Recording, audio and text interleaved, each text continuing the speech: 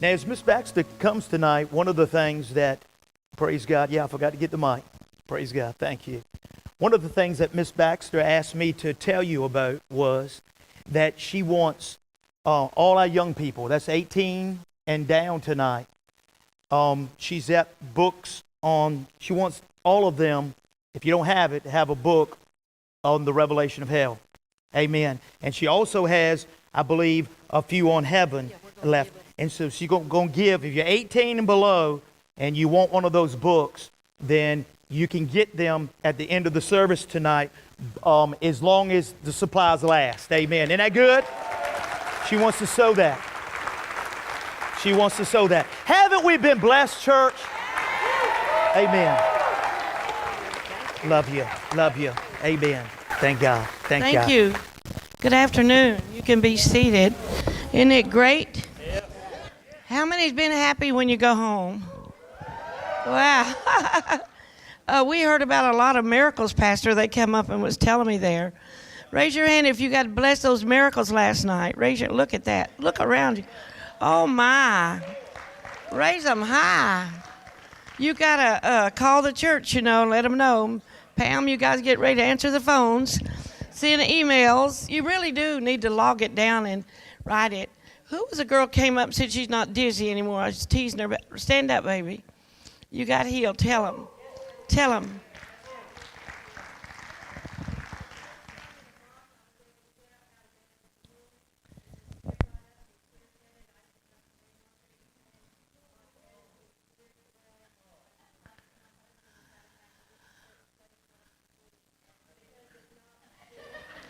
Oh, my gosh.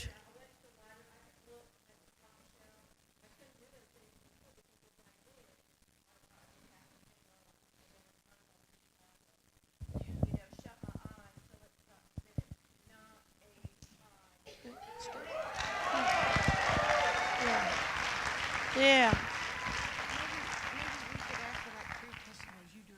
Okay.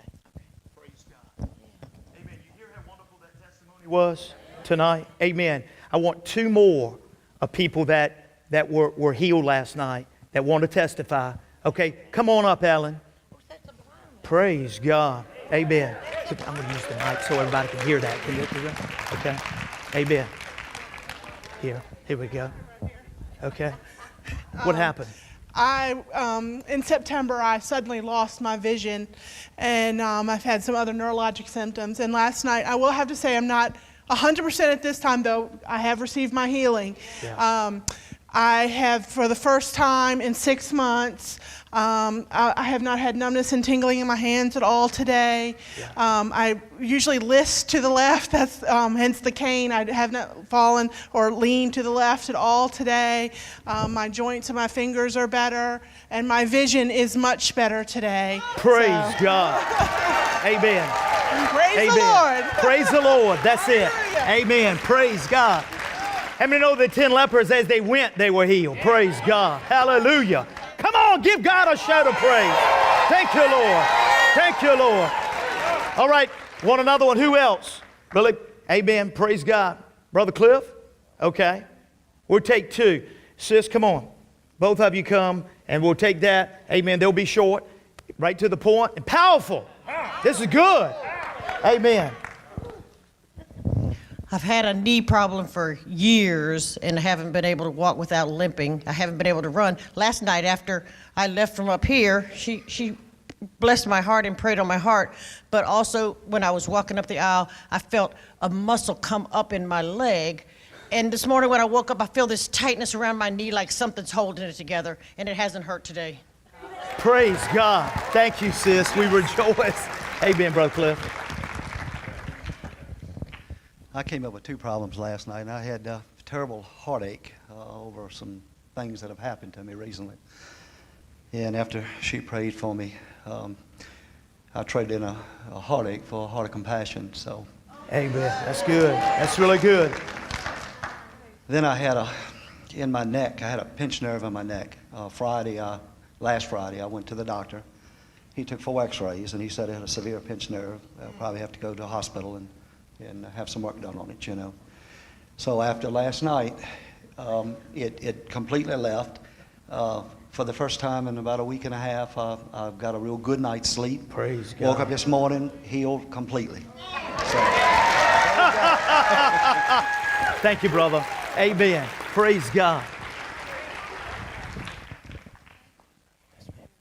I first want to give honor to Almighty God tonight, and I want to give honor to Pastor Chris, his wife, and all the staff here that's been so good to me, and Sister Debbie. We've got a beautiful suite and adjoining room the church is paying for, and we're having a lot of fun. And we've been giving the maids some books and CDs and stuff. Yeah, one of them we wanted her to come to church tonight. I don't know if she did. But we really want to thank you from our heart. You've been treating us so wonderful, so wonderful. And my pastor is Tony Brazelton.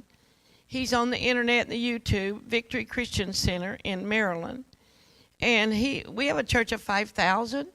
He does, and he has 4 or 5 other churches, and he's got elders and boards, and they're under their leaders, Creflo Dollar. And what I want to tell you is this, that my mentor, Burl Rice, many years ago, we met him 25 years ago, preaching. I was going with my mentor to preach in Washington, D.C., not too far from here. And he came in with his wife, and they had one baby. I think the little girl, she was just holding her arms, and he had his Bible, and he thought he was coming to Bible study. I remember this 25 years ago. And my mentor went right over to him, and she said, "Thus saith the Lord," said, "You are going to be an eagle and have eagles under your arms. And under this eagle spread, you will have many churches. You will have Lear jets, and you will go preach all over the world, you and your wife." Now, here they are, just a young married couple with a baby. He fell out in the floor with his Bible under his arm and slept the whole time she preached. And we were so excited. We kept in touch with him and everything. And truly, every word she says to him has come to pass. Every word, you know. And I look back as I traveled with her and learned from my mentor she was from A.A. Allen's time. And I'm telling you guys that when you're with people like that, they're just down-to-earth people. They love you. They love what you feel, what you think. It does a great in your heart. And today, my pastor, he'll fly me in like once a year, and it's like he treats me like Pastor Chris does. I wanted to compliment you on how you treat me. That's just how he treats me. And, yeah, we're in a church where we have armed security sometimes, you know, in those areas. And what it is, God is blessing those churches that love Jesus Christ.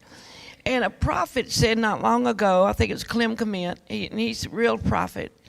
He said that God was going to seek in the countries little churches and big churches. He was going to find churches that loved him, loved people, and he was going to establish them, and they would bring living water to the people. That's what was spoken. Excuse me, that great revivals will break out in the earth from the countries. So you guys are in the country, right? And get ready, for you're going to have a great move of God. Great move of God. And I want to speak to you tonight a little more on hell, because I didn't get to share about a lot of the things. And we were talking today, and then the Holy Ghost had spoke to me to correct myself to you guys in the office today. And what I want to talk with you in a minute. My gifts are given to me by God in the book of Corinthians, the gifts of the Spirit. Amen? You guys all know about the gifts? Not really, huh? Well, they're given by the Holy Ghost. And the pastors, the elders, the leaders will lay hands on you. I had Jesus Christ lay his hands on me. Plus the elders too, and mentors, and Shambach. Many people prayed for me. So what I'm going to tell you, what he gives me by revelation, I'm telling you, it blows my mind. And the other day, I was sharing about you men having one less rib than a woman, but I stand corrected. I was in error because I have doctor friends, not only, you know, that email pastor here, but I have other doctor friends I've never asked that to. So I want you to know you men have the same amount of ribs as we do. I just want to correct myself. I stand corrected. And not only that, we were talking, and I said, you know, that's true. That was like for years I heard that, you know, growing up and everything. And the Lord said to me, I'm not imperfect. I gave Adam another rib, and we were laughing. He talked to me right a while ago in the office, and we were laughing how perfect is God. So tonight I want you to know he's perfect, but he's holy. Sweetheart, he's real. And if you do fall or make a mistake, be quick, okay, to get corrected. We are children in a world that is so masked and so full of sin, so full of meanness, so full of abuse, and God wants us to be different. He wants our light to shine amongst everywhere we go, right, children? And today, Debbie got a call from a nurse in a clinic in Arizona about her treatments. And we asked her about the lady that had the machine on her last night. We asked the nurse about her. Are you here today, honey? There, yeah, we saw you. She's here.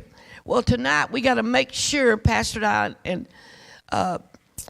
Pastor Debbie, we lay hands on you again because the nurse told us how to pray for you. She said, you have a heart disease. It's inherited, right?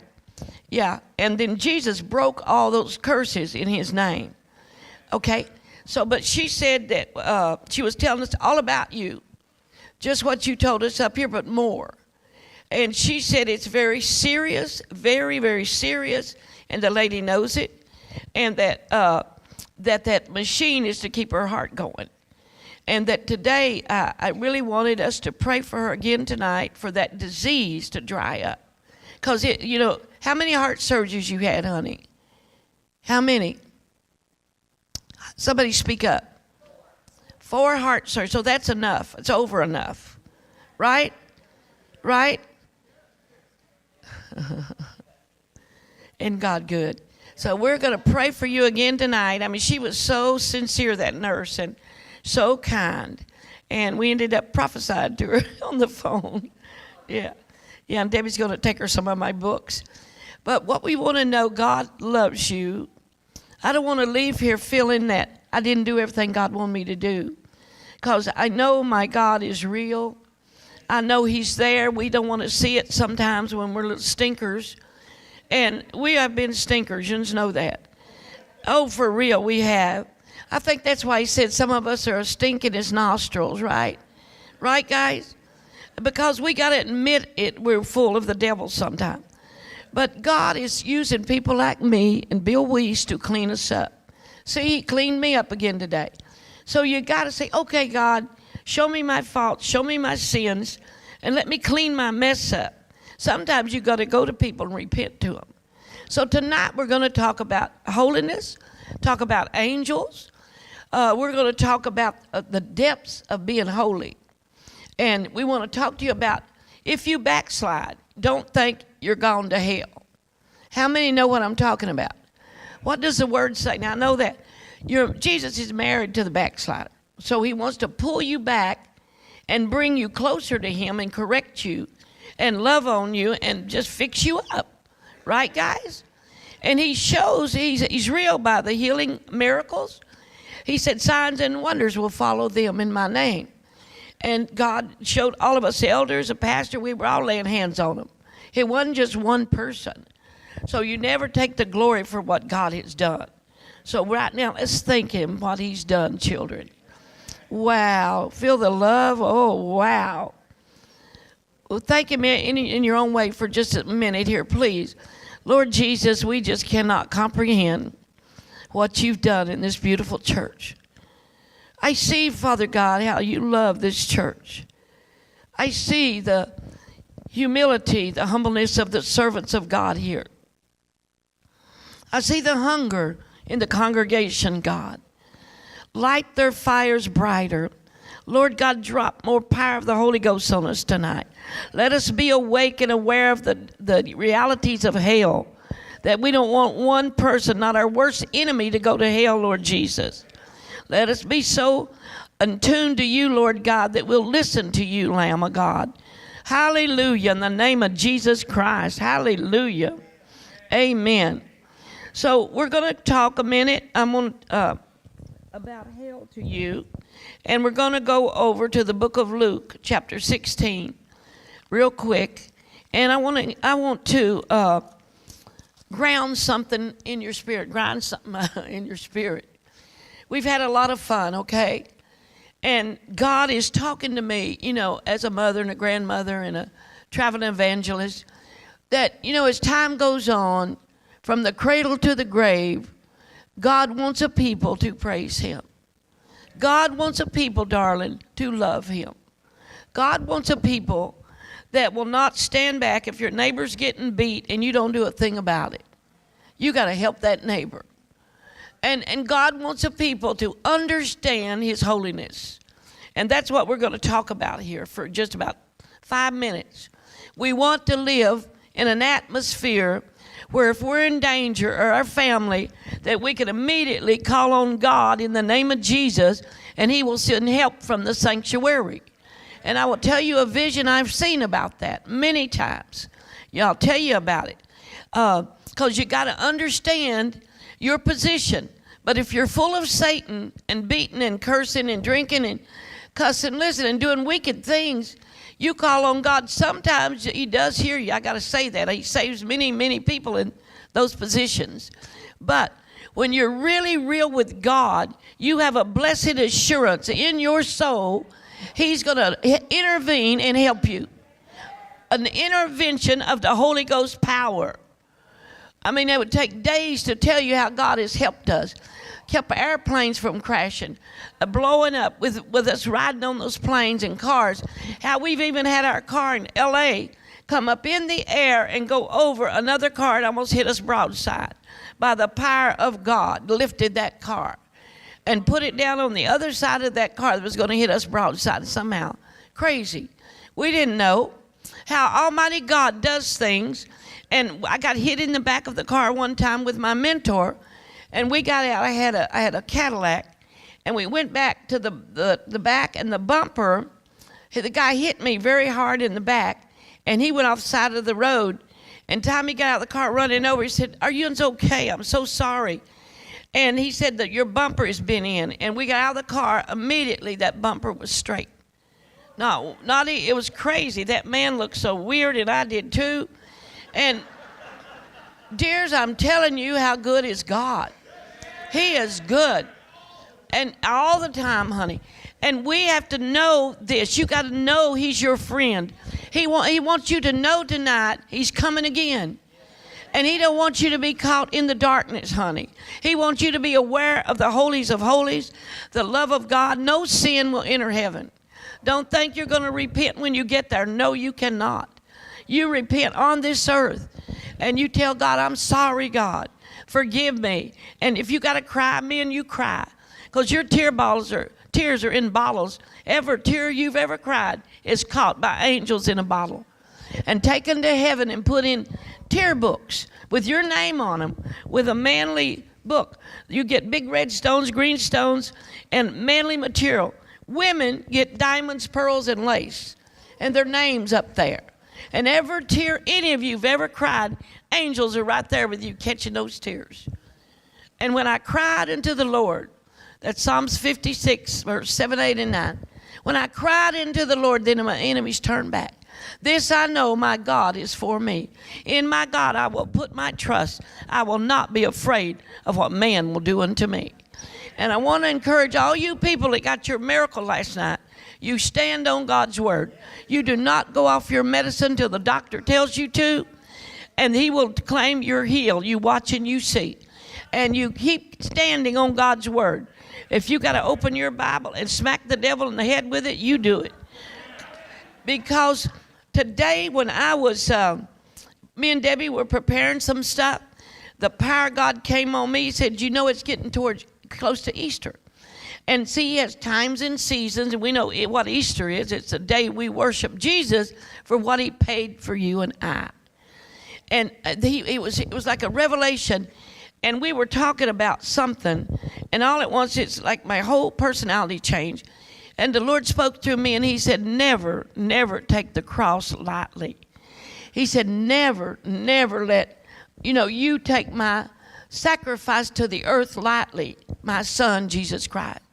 And he gave me phenomenal things. I can't even remember them now. But he said to me, when my son died on that cross, I turned my head and I cried and I cried and I cried. He said, the storms and the winds was my tears from heaven when my son died. And he said, I myself went to that tomb and put him back together again, so that you could have life eternal. So that you, when you die, can, if you're saved and born again, can come with me forever and ever and go to other galaxies and go to every place in heaven where you can go through the waterfalls and diamonds come down. You can walk amongst the flowers and they sing music to you. They make, they're big as this table, one rose, and they sing music to you. You just don't know what God has for you. Streets of gold. He has remarkable, remarkable things. He has bubbles, big bubbles that children ride on, and they get up in the air, and then another bubble will come and catch them, and they'll ride in the air on bubbles. You think now they've got a thing on TV where they've invented them, bubbles. And years ago, God told me to tell them about the flowers that sing, and I think it was one of the big stores, Walmart, so I made those pots. You push a button and the flowers sing. Yeah, isn't that great? And everywhere you look in heaven where the kids grow up is goldfish that are in ponds of water, and they're playing in the water, little 2- and 3-year-old children, and that goldfish opens his mouth and block letters come out, and they get the block letters, squeeze it, and it says, Jesus loves you. Sings to those children. And every baby that's ever been conceived on this earth that's been aborted or murdered or died, the angels have come and got their little soul at the time of that death and taken that baby to heaven, and God finishes that baby. And the angels take it to grow up in certain parts of heaven. There's also a room where little shells come out, made like a seashell. Then there's trees suspended in the air. Little birds sit on there and sing to that baby. And they call them precious. But when you name that unborn child that you carried, you knew you had it. You name it, the angels take that to heaven. You say, God, please forgive me, or whatever you did. And Lord, if you went abortion, and you merely mean it, you mean it with your whole heart, and say, God, please tell me, was it a boy or a girl? And when God does that, then you say, Lord, may I name my baby? This is real. And you take, the angels take that name, put it on the top of the little board over the baby, and remove the word precious. They, like Mark, like John, Tom or Judy, they put that name ahead of the top of that baby. And sometimes the babies say, little, you can walk up to a 6-year-old child, and they're so brilliant, it blows your mind what comes out of their mouth. They can play the piano. One boy was playing a piano better than Beethoven and singing with the voice of an archangel. It's brilliant what God has for us in heaven. Teenagers in heaven, families in heaven, young people. God, I don't understand all those mysteries. I don't know it.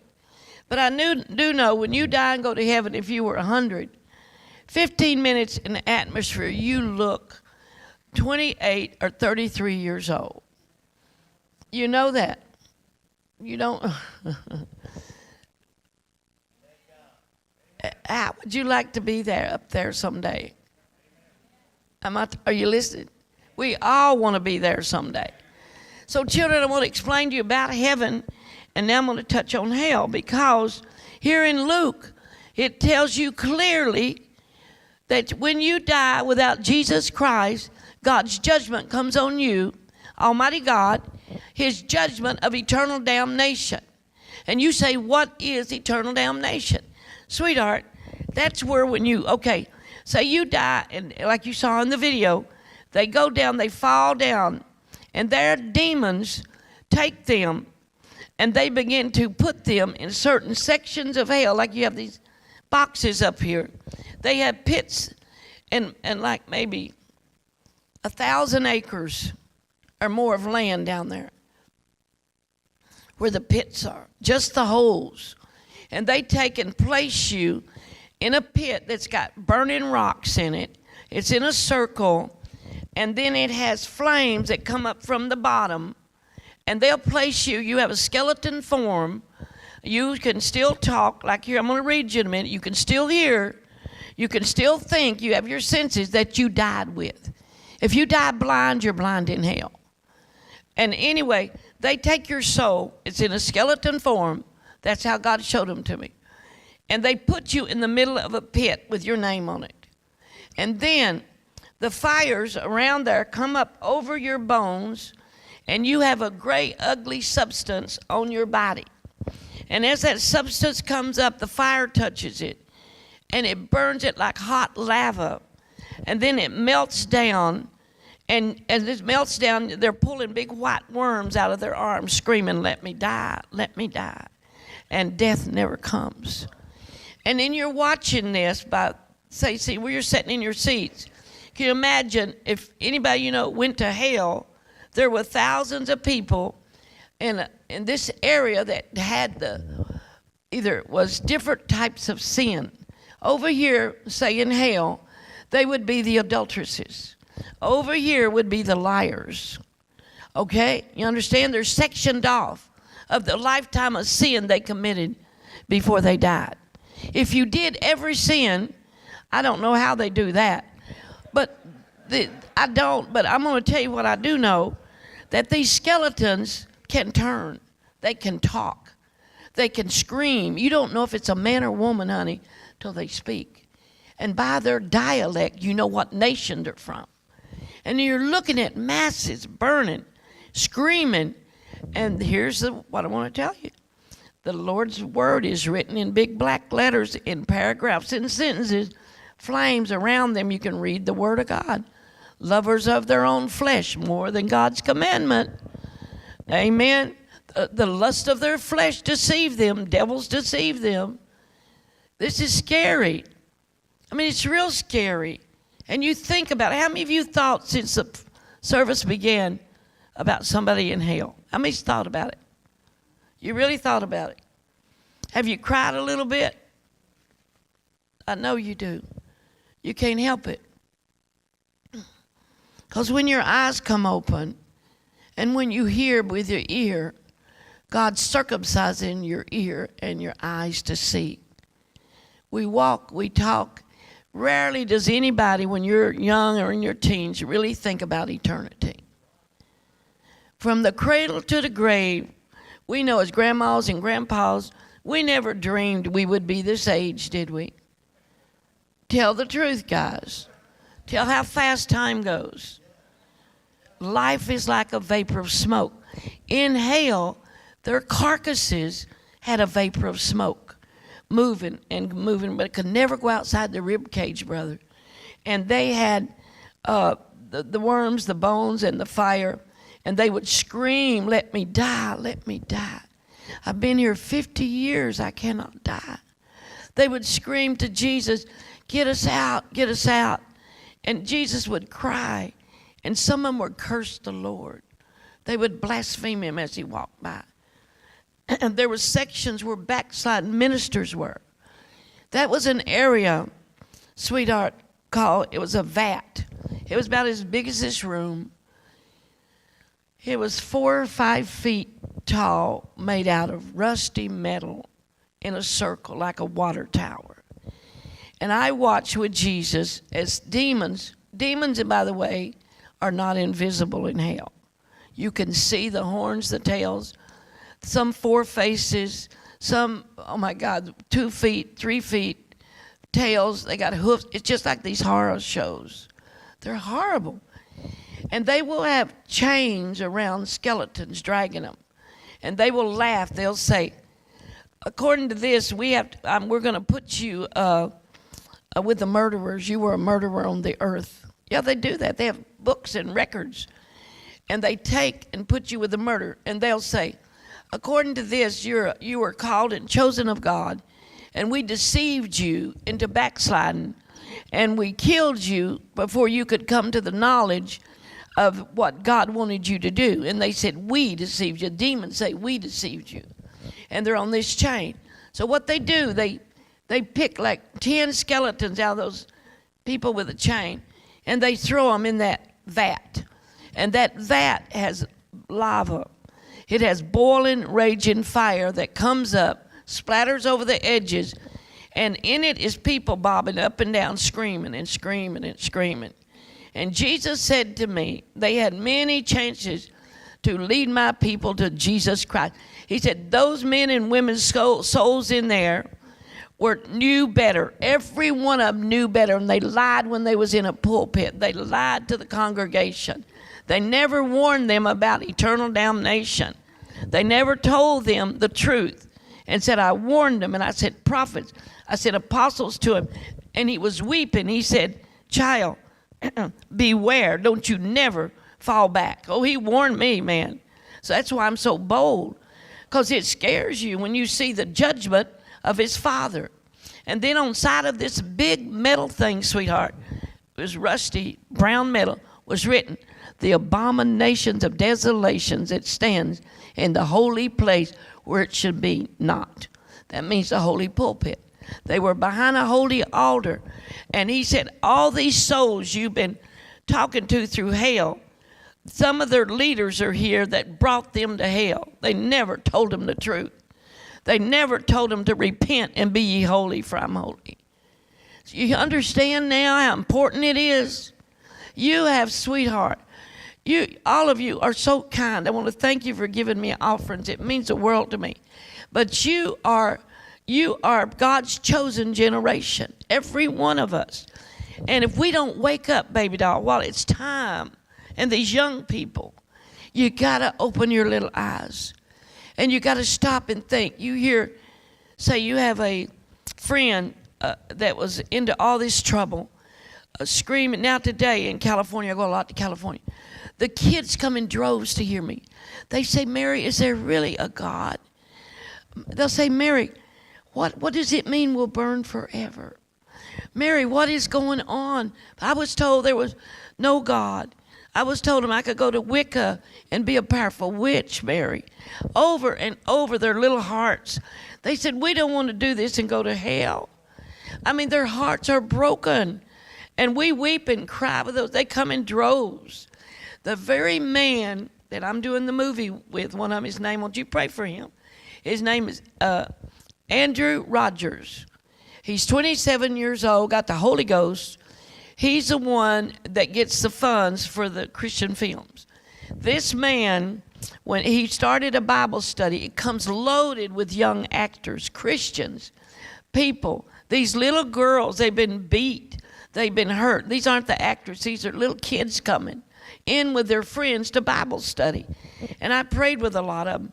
And they said, oh my Lord, they said, we never felt such love. We never felt such unity. And God is doing this, you hear me? Businessmen come there. They say, so one man said, this is my family. Said, when I fly to New York for business, I fly to Texas, I think of hurrying back to pray with my family. So think about it. God is moving in places you'd never dreamed. And if he's picking high elite people, these people are fulfilling Bible prophecy that God's going to raise up a standard in Hollywood and change a lot of things. Okay? So we need your prayers. I want you to pray for me for that movie called Eternity. I want you to pray for a man named Mark Cook. He's the one that works with Passion Movie, you know. He's one of the producers. So we're doing all that paperwork. When I go to these meetings, it touches my heart how they really love God and want to change the world. They want to change destiny. They want to prove we didn't come from a fish nor a frog. Sincerely, it teaches that. Some people believe that. So we have to recognize exactly what damnation means, sweetheart. And it's even we read in Mark about your hands and your eyes last night. Remember, guys?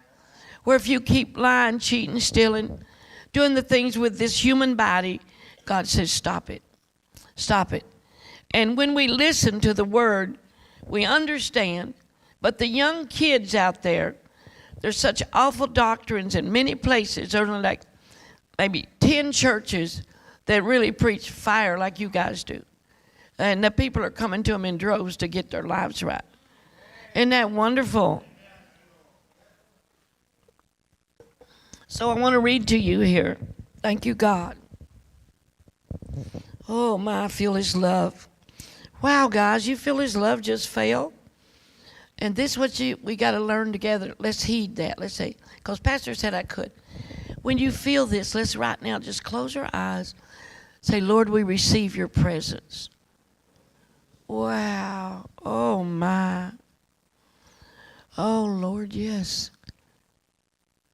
For I will crown this church with glory. I shall crown this church with glory on Easter. I shall bring my crown of glory down and put on the top of this church. And thou shalt have a changing of the guards. I will send you another troop of angels, and the other angels will come home, because they will establish more things for you. There will be a changing of the guards, a changing of the atmosphere.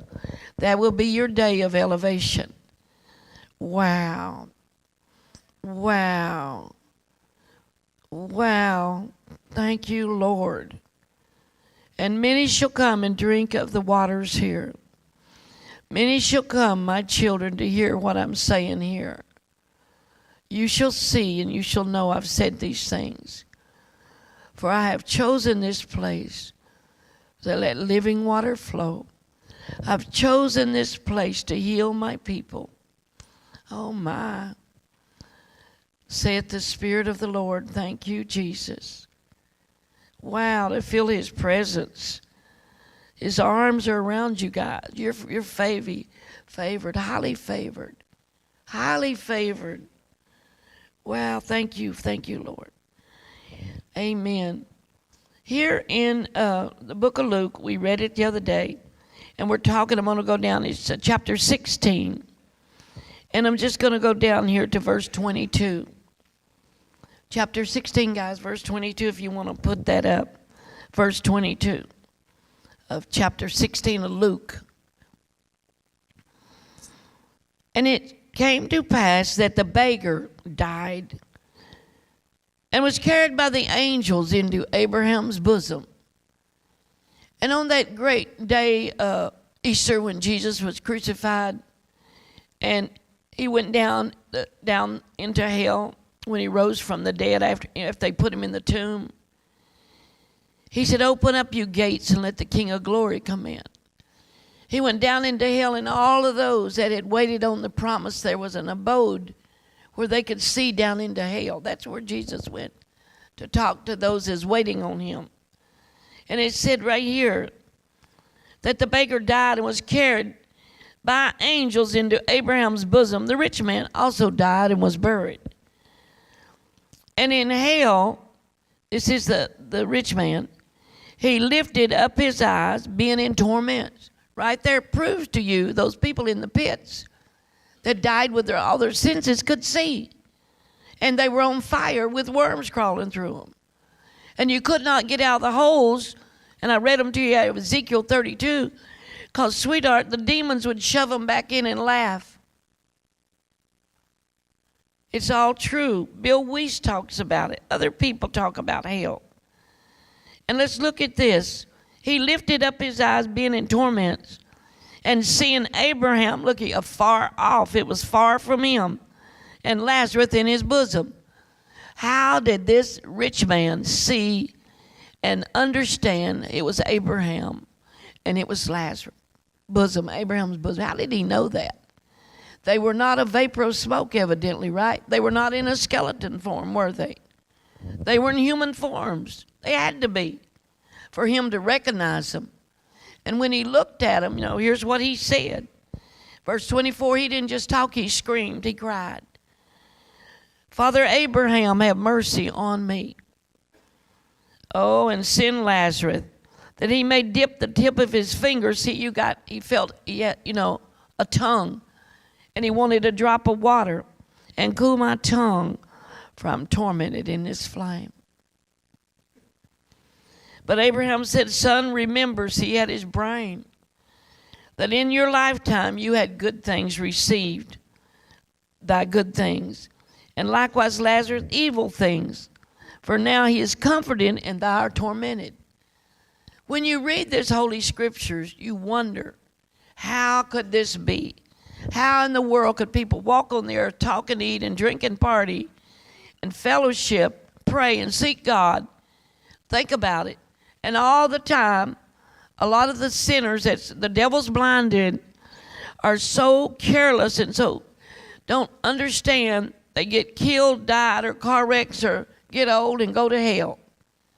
So God is raising up a standard of holiness again. How many years has the gifts of healing left the earth? How many of you other preachers know? It's been like 30 years right in America. It's beginning again now, the massive miracles. How many years, guys, you older Christians, when you could go to Shambach's 10 and all of them and get miracles, couldn't you? You guys know what I'm talking about? So now it's coming back. Pastor Wright in California has a church like yours. He has a powerful church. 2 angels came to him last year, and he said, Pastor Wright, we are the angels over L.A. God has sent us to you, that we're going to prepare this place again for Azusa Street 100 years ago. So he's now being prepared. We went to have service there, Pastor Chris. It was the wildest service. He and I got up, because I've known him 24 years, and we got up and we were speaking to the congregation. All at once, he was talking about it. The 2 angels came to him. He's a very powerful man, very correct like you, very schooled in everything he does. And the power of God hit that place. We didn't know it. He had the elders like you. And God's power began to knock people over. The people were falling out. They were jerking. They were running. And I was standing there, and I didn't know what was going on. And Dexter, my spiritual son, he's a born-again Jew, he was froze in the floor because he had to catch a lady that her head was bobbing up and down. You know, he's afraid she'd break her neck. And it was crazy. It just went wild. So he finally got some order, and we had to make like you people there, and we had to let all the people walk through there, and everybody laid hands on them. They were miracles, signs, and wonders. We were there till 4 PM. God did all of that. We had no part or lot in that. It was God to prove how much he loved Pastor Wright. Isn't that wild? And people come in droves to his church. And what it is, it's a timing, Pastor Wright told me. He said, Mary, it's the timing. Said, I've been waiting 40 years for this. Yeah. He said, it's the timing of God. And you never know when God's going to explode things for you. You better get ready, guys. You better get ready, because there's going to be a wind coming this place, going to rock your tree. Wow. Ooh, yes. Glory to his name. Debbie was telling me last night she kept feeling the power of God hit her in her seat. Have you guys been feeling anything like that? Raise your hands. Wow, all over. Just, that's because you opened up your heart and said, okay, God, use me, touch me. And the angels go around. I've seen them. They'll touch you, some of you, and you begin to feel his power. Isn't that wonderful? So we're talking about heaven and hell and a mixture of what the power of God does. So when all of this, like this rich man in hell, see, talk, remember, okay, let's put him in a category. He's still in hell tonight because he rejected God, his commandments. That's when he had to keep the commandments. And so you see, Jesus had to go to the cross to keep his promise, naturally, to let them out, Abraham's bosom. Am I right? Jesus had to fulfill the prophet's word, his Father's word, and be down there to talk to them for 3 days to make them escape out of that place. He opened up, and they were translated to heaven, right? Am I right? Also, the graves busted open when he was crucified.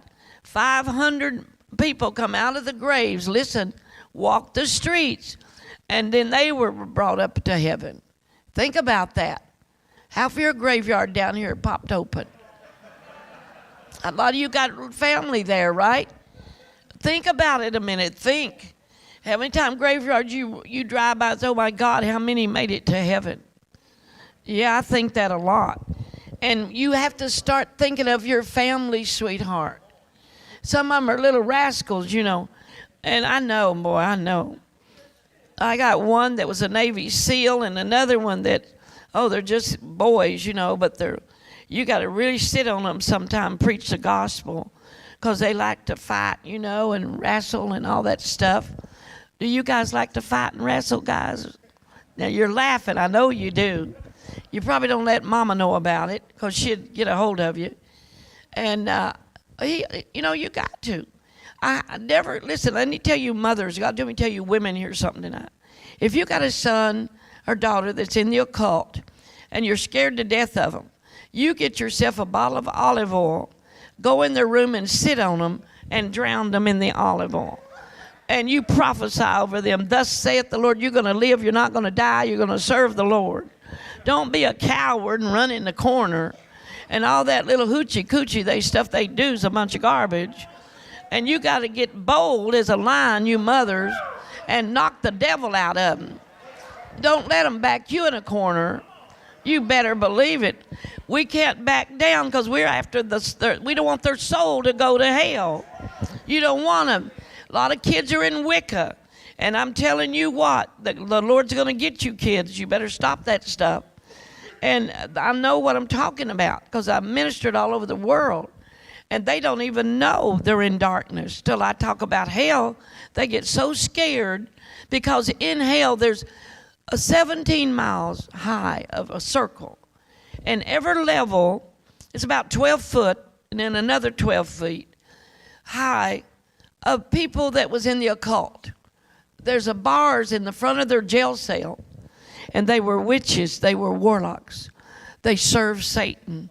And fires come up the sides of those jail cells and go in and burn them and keeps, it's like it's alive. Then it comes out and it goes in a circle and Satan comes in the middle and he takes fireballs out of his hands and throws more at them. And he says, if you don't praise him, the devil, he will burn you more and more. And they're screaming, let us die, let us die. You lied to us. Well, the devil is a liar. He's a liar. So any of you out there in the cult tonight, and if you start doing your hoochie coochies on me, I'm going to come after you. And because if I start to choke, I know you're in here, so you better not use that trick. I usually go after them because the Lord wants me to. We've had them crawl on their bellies to get out away from my mentor. I learned the hard way, She had me go pray for some of them like that, and they didn't crawl then away from me, but they did her. All she had to do was look at them. They crawled like a snake to get away from her because of the power in her life. She sought God. She loved God. And when you seek God, you're going to have that power. When you seek him, you shall find him. When you want more of the Holy Ghost. Your wife was telling me, sir, you were really travailing the other night, pastor right here, for souls in this place. And it came on me and Debbie too. We were crying for souls. And the Holy Ghost was saying, I want souls. I want souls to be saved. I want them to come out of darkness into light. And that's what this is all about. So you guys cannot be afraid of your young'uns. Amen. I know I'm talking to some women in here.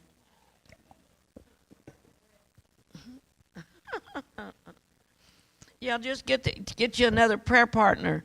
And if you can't sit them, hold them down, the other one can. Say, hey, young'un, I gave birth to you. You came out of my body, and I'll be doggone if you're going to tell me what to do. You got to get bold with the devil. He'll take your child to hell, man.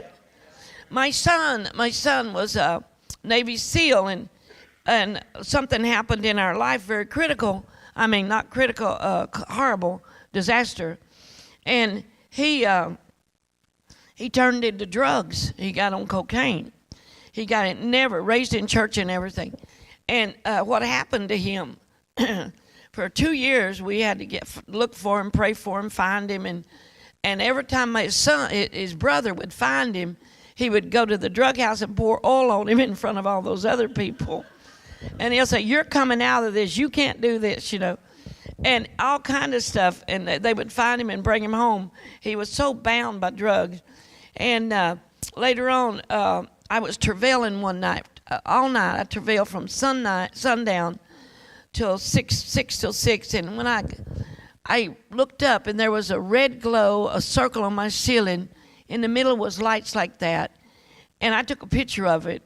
And then it moved back, and then I had a vision, open vision of heaven. And all my prayers are going straight to heaven. And I really saw this, guys. I saw big stallions, worn horses. They had some kind of metal on their legs, the horses. Now, the reason I'm telling you this, these demons need this. They need to be destroyed. And it's in Malachi. And then their legs, then the riders were dressed with metal and iron. But they were 30 foot high. The horses was this wide. Big, big stallions. They were sitting on them in rows, and Michael the archangel was in front of them. They had a sword. Flames come out of the bottom and the top. And they had helmets on, and their jaws were made out of iron. They weren't, you'd think it was the devil if you didn't know they were God's warring angels. And the Lord spoke to me, and he said, Dot, only for your son will we move tonight. Today we're going to move for many children in the earth. Many children on drugs and stuff. And so what happened, they began to come down to the earth.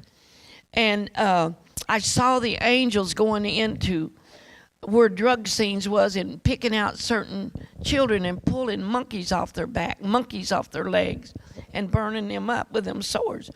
Then I saw homes and houses.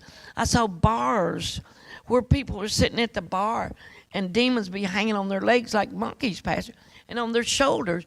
And the angels just pull them off and cremate them with that sword. And the Lord said they don't have any souls, the demons. It's their day of judgment in my son's name. I saw this. I'm telling you what I saw.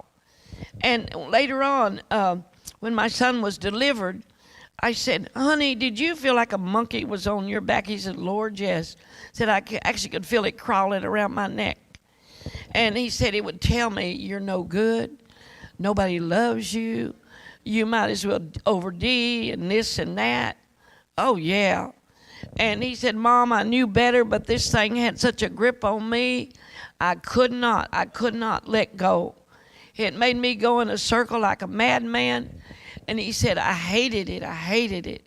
And he said, I met one man, Mama, that came to a drug house because the Lord told me that he was going to send help to my son. But he said, Mama, he was different. He said he was a huge muscle-made man. He said to me, his name's Scott. He said, you do not need to be here. Your mother's praying for you, your father. And he said, I looked at him and said, I believe in angels. I believe in all that. And he said, I watched him. And I guess he lived with those guys for like 3 weeks. And they said right before their eyes, he withered up and vanished. He just turned into a skeleton. And he said, this is your destiny if you keep this up. He showed him what would happen to him on the drug. He don't like to talk about it. The day he really got delivered, I was in Detroit, Michigan, and we live in Florida. And that morning, God said to me, your son has died. And I said, what, Lord?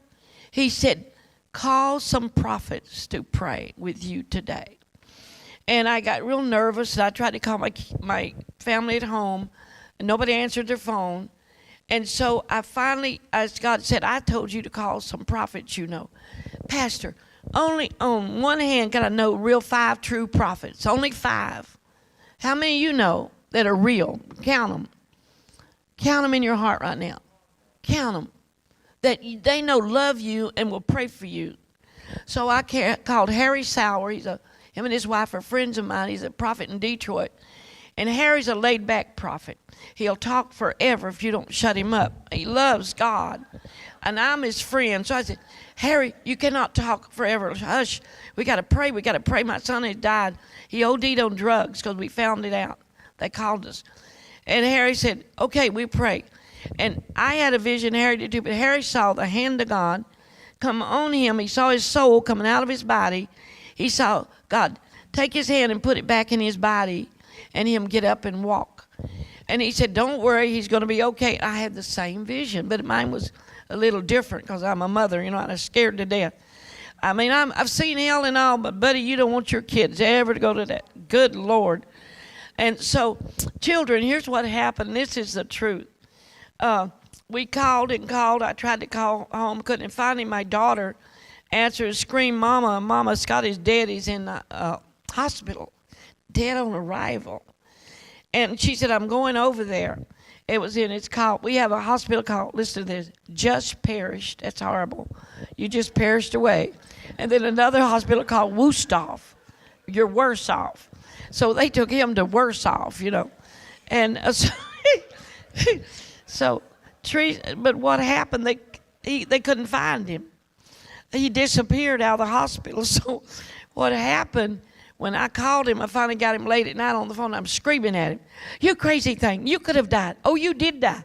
I said, what are you doing? And he had chopped his tongue up with seizures. He said, "Please, Mom, calm down, I'm okay." And he said, I said, "What happened to you?" He said, "I'm not going to tell you." I said, "You're going to tell me, boy." He said, he didn't tell me everything, and today, he don't tell me. He said, what happened to him, he was on a gurney, dead on arrival in the hall. He knew because all he saw was blackness. He could see it. And he said all at once, he came alive, he come awake, and he woke up, pushed the sheet off of him, and walked out the door. And it came home. And he said he said, when I got home, Jesus was here waiting on me. And Jesus talked to him and totally healed him. He did a 95-degree turnaround. Yeah, isn't that great? That was about 10 years ago. And he's a great young man of God. And he's a seer also. But what I want to tell you, when we go through crisis, you young people, please find somebody that loves you. I don't care if it's you know, you have friends, girlfriends, whatever, boyfriends, and you guys get to a pastor that loves you. You hear me? You better hear me, because you're going to need their help. Someday you're going to need it. When my kids was little, we'd always have the other kids come over and pray when they were 6 and 7 years old. And one day there was a little boy. He came and he was crying. He said, "Miss Baxter, my daddy's in jail for bad stuff. Would you pray and ask Jesus to let me see my daddy?" He had his little bag. He was going to run away. Naturally, I told him, mother, and didn't let him run away. But that little boy today is a pastor of a church. He's 35 years old, maybe 100 miles from me. People like that. And I would tell these children, if you ever get in trouble, call on Jesus Christ. One of the little boys came back. All my kids was little.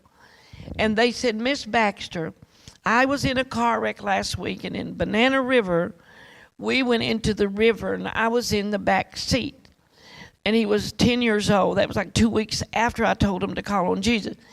And 2 of the boys died because we have a Banana River there. We're by waters. We're right on the Merritt Island, Cocoa Beach here. All they're married. And he said, what happened? An air bubble came around my head, and I kept saying, "Jesus, don't let me die. Jesus, don't let me die." And an air bubble. He lived. He was in the water 15 minutes. Under the water, he lived. And he got him out of the back seat. So listen, Jesus will answer your cries.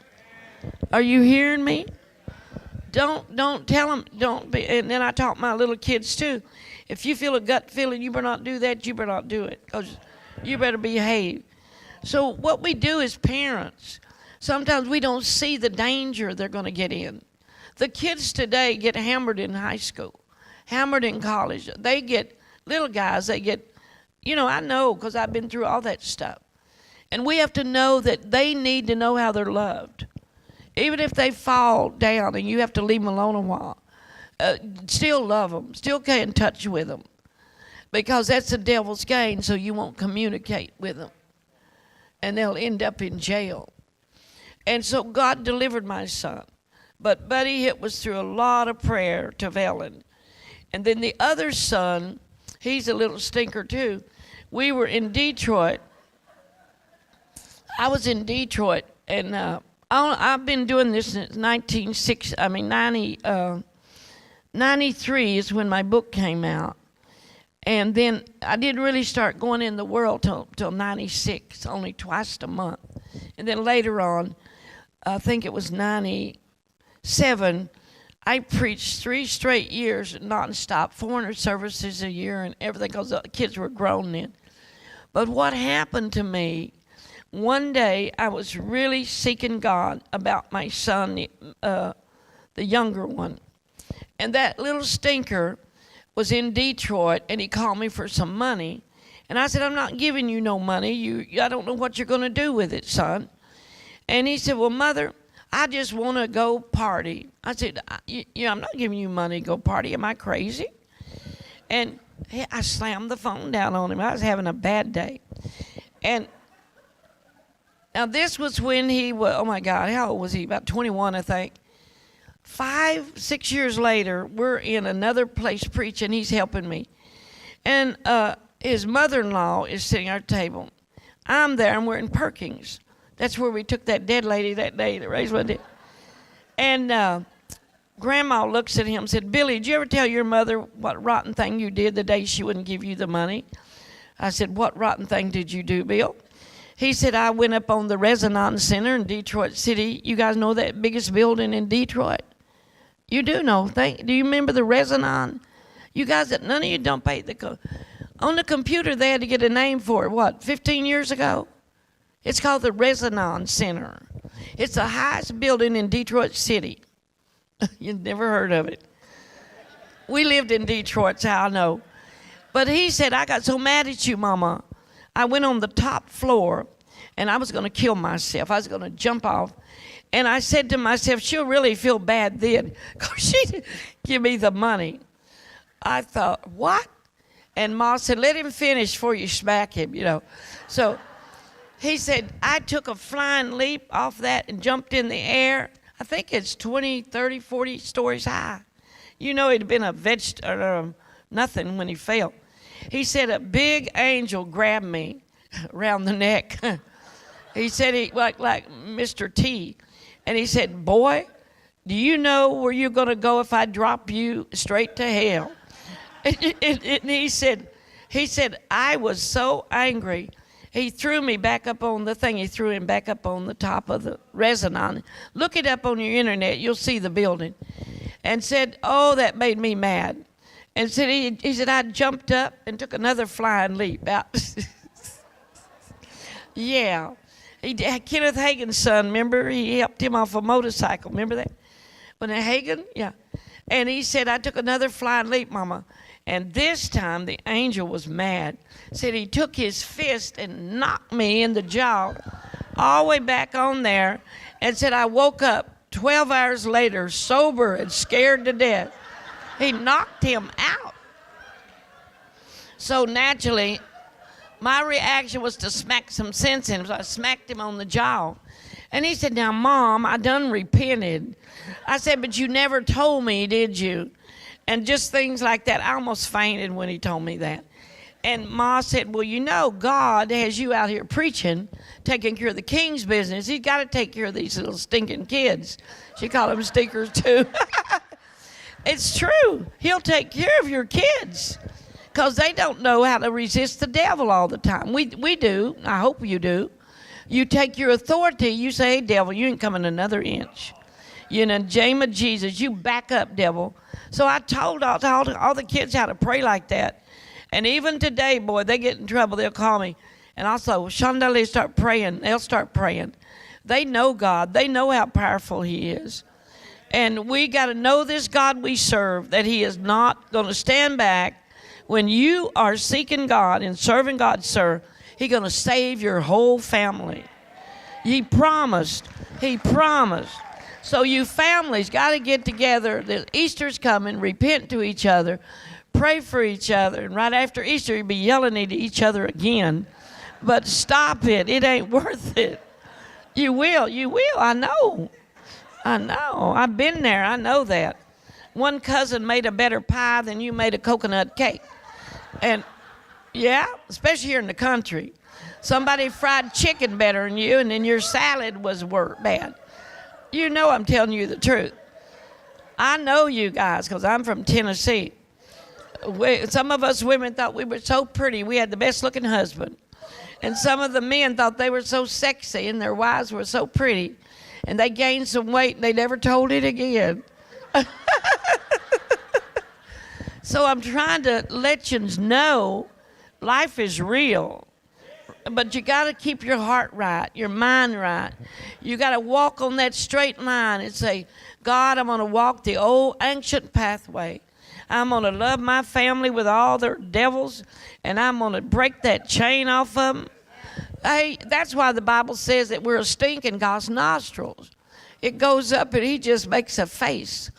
I'm telling you, you got to know God is real. Dexter, my spiritual son, he was a multimillionaire when all the stock market fell. I can tell you because he tells it on TV all the time. He lost millions of dollars, and he ended up in a barn with his little dog, Pumpkin, little white dog. And God had a way of getting him. He was in a church, but I'm not going to tell you what the church was. It was called the Chosen Frozen. So I call him my chosen frozen son. You got to have fun with this, you know, or you could just be wiped out. So Dexter's telling, here he's crying and moaning. His father worked for Rockefeller, so you know they had money. So Dexter had lost everything, stripped down to nothing. They had 2 adopted children, and he tells it on TV, so I'm not, because they have a Jewish program, an English program, and a Spanish program. And so they take me there all the time to speak. But listen, Dexter said, he kept crying out to God, what happened to me? What happened to my money? Lord, why? And the Lord showed him a dream of the throne of God in the book of Revelations, either be hot or cold, I'll spew you out of my mouth. And he was in the water that came out of God's mouth. Dexter was. God was spitting him out. So for 6 months, he was crying with his puppy in the barn. He was homeless. He was having a horrible time. He went through a divorce. His wife took everything. Now think, guys, what if it was you in the barn? Think about it. You got to think about it. I hope you don't mind me telling this, Pastor, to the people. Dexter got on the internet to find him a woman. And he got a hold of a beautiful lady, almost 400 pounds, named Marcel. Marcel.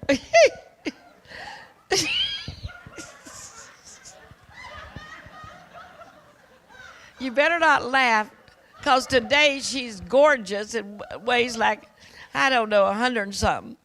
She's one of my spiritual daughters. She's Spanish, speaks English. She's got 13 years of college. She taught in Johns Hopkins University and made $5,000 a day teaching. She'd bought houses and land, a woman.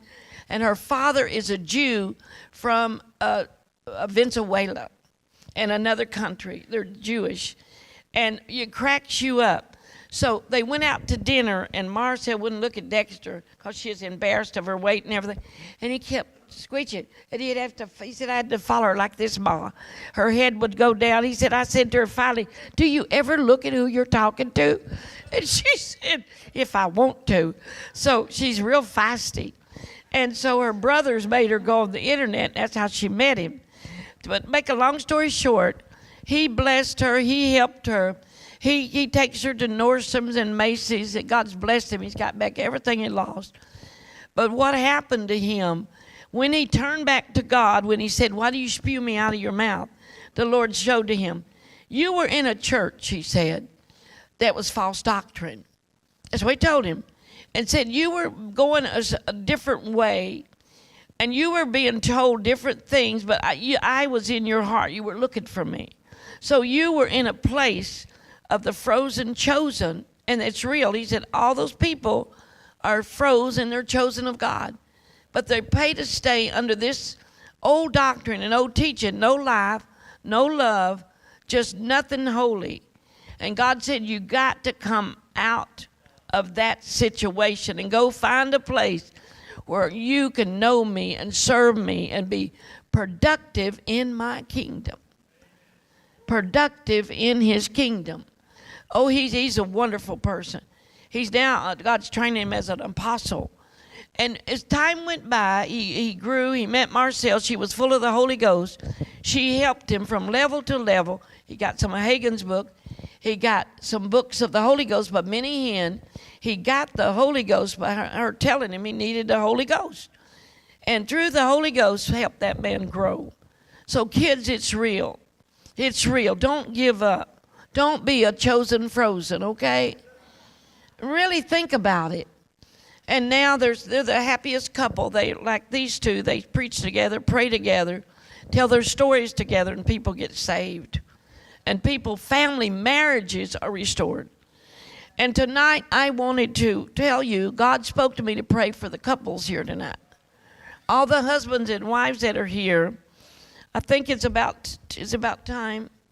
We're going to pray for you tonight, especially in the ministry here. How many husbands and wives are here tonight? Oh, wow. You're going to get blessed tonight. Yeah. So I wanted to share those life experiences with you, that there's hope. Please don't give up.